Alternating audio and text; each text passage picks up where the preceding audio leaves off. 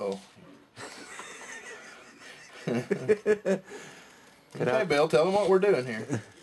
We're putting checkerboard stripes on the bottom side of the wings of a little Toni, so we can tell which side's up when we got it in the air. And we're trimming the edge because for some reason these goofballs decided to put print. Color, both sides. Yeah, that's the only bad thing. This trim stuff is awesome. You can get it in, this is clear black, so when I lay it on here it's going to be black red. You can get solid black, solid red, pink, yellow, white. Sticks like crazy. You can't peel it off. And it's not that heavy. It doesn't add that much weight to your plane, so some people will probably be real picky about that. But yeah, it's got this print along the side here, so you have to trim it right to the edge of your little black squares, unless you want that print on your wing. I do this to a lot of my planes because so many of them come and they're one color, you know. Like the little Devil plane I have, it's yellow on both sides. So I use black clear checkering, which makes it black yellow. Makes it look a lot nicer. So what we're going to do on here, we're going to lay a stripe here. You can actually cover the whole bottom of the wing if you want to go to that trouble. But what we're going to do is put a stripe here, and somewhere along in here put another stripe. It'll be real easy to see. That will be real easy to see out there in the air. Which side's up and which side's down. Disorientation is most causes of most crashes. So, what do you say, Bill? We just line it up with the edge of the aileron right here. Yeah. And what I usually do is go ahead and peel it off and stick it on here, and then trim the edges real careful because they're at an angle and it's real hard to get them just right. So this end you could. We don't want to go up over the leading edge of that.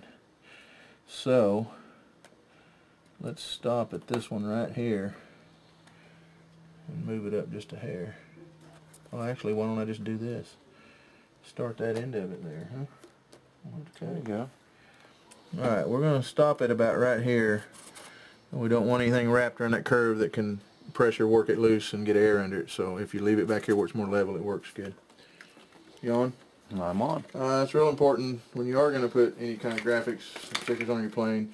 Just your fingerprints on this wing will have oily residue from your hands. So I use pure denatured alcohol. There's no moisture in it. Clean the area really, really good. Give it just a few seconds to evaporate and dry, and that way your sticker will go on very nice and neat. Now, you want to be careful when you pull this off, because if it folds over and sticks to itself, you're not going to get it loose. It's a done deal. So, what I want to do is try to line it up with this. God, this is going to be harder. Okay. I want to line it up with this straight edge right here. And I believe the hard part is getting it on without getting any bubbles, so you want to kind of start from one end, work it out just like that. Yeah, see, we got a nice sealed down edge right here. That's not going to come loose or anything as long as we cleaned it good. Rub it down hard, but don't bust through. This is a sheeted covering wing, so it's kind of solid. A lot of them just have spars and you'll poke through your covering, so be careful when you're doing that, pushing this down. Work it from the inside out and get all your bubbles out of it. And then we will take a very sharp razor knife.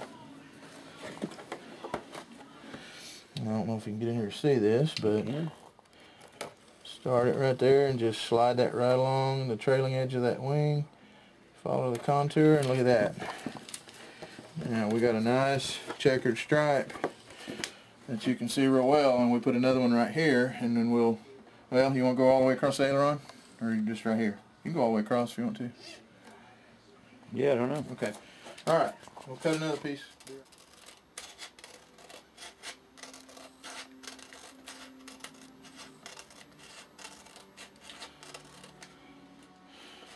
You know, I thought you weren't supposed to let kids have scissors, but we got them.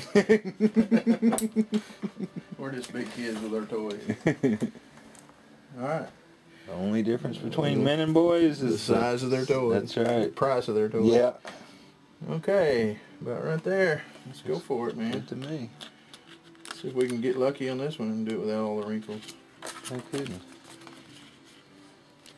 See where I'm at. That's about right, isn't it? Boy, it looks like it. Golly, how did I get that lucky? I don't know. You're a lucky man. Man, it just kind of fell on there and stuck, and it's hard to get loose once it does. Boy, it looks like it's right on the money, though. Mm-hmm. It is. It's perfect. Okay. We got the wing glued together. Got our pretty little blue masking tape on both sides and propped up on the boxes, so we got the dihedral right. We let that set for a half hour. Okay, back to the wing here. One more thing we're going to do. Since we have our ailerons on separate channels, you have to be sure and get the right wing plugged into the right side and the left to the left, or your trim will be off. So what we're going to do is we're going to cut these tips off, and we're going to put some little colored ones on here, and we'll put a green on one side and a yellow on the other, and we'll do the same thing off of the extensions coming out of the receiver, and that way there's no way to get them mixed up. So I'm fixing to do that right now. Okay, wait just a second. I want to get these little tabs. Right here, I'm there. Alright, these little tips, one thing you want to be sure of, it has a little bevel on one side, and it's flat and square on the top. Anyway, that's so it'll fit in your receiver one way. You can actually force it into your receiver with the wrong polarity, and it might do some damage, but that's why it's beveled. So just be sure you look at your old one when you take it off, and get the color code the same way. A little thing we do, there's 3 little tabs. I don't know if you can see these or not. Right here. You just take a little screwdriver or razor knife and pull those up, and then your wires will pull right out. You take your new tip, be sure it's the same direction. Start them in straight.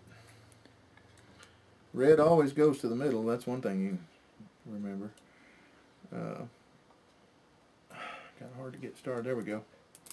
Now you just push them all the way up until the new little tabs drop down into that little groove right there, and that keeps them from getting pulled out. So there you have a new color tip on your left. I'll try this one out. You can save these black tips you take off. Use them later. Use them on something else later that doesn't need to be color coded. It's always good to keep them. Alright. Oops, that one didn't pull up. Kind of a pain to get down there. You don't want to break them off. Just pull them up just enough to get them to come loose. Okay? Same direction as the other one. Push them up in there. They lock down. There we go. We got a right side yellow, left side blue. It's kind of a weird little habit I've got. I always use yellow on the right wing and a different color on the left. That way, when I'm out at the field, don't matter which plane I've got, if I reach in there and I pick up the yellow one, I just automatically know that fast that it's the right side. And you never get them mixed up. And we will tape these wires down to keep the slack out. And there you go. When you put it on your fuselage, you're ready to plug it up. Thank you, Bill.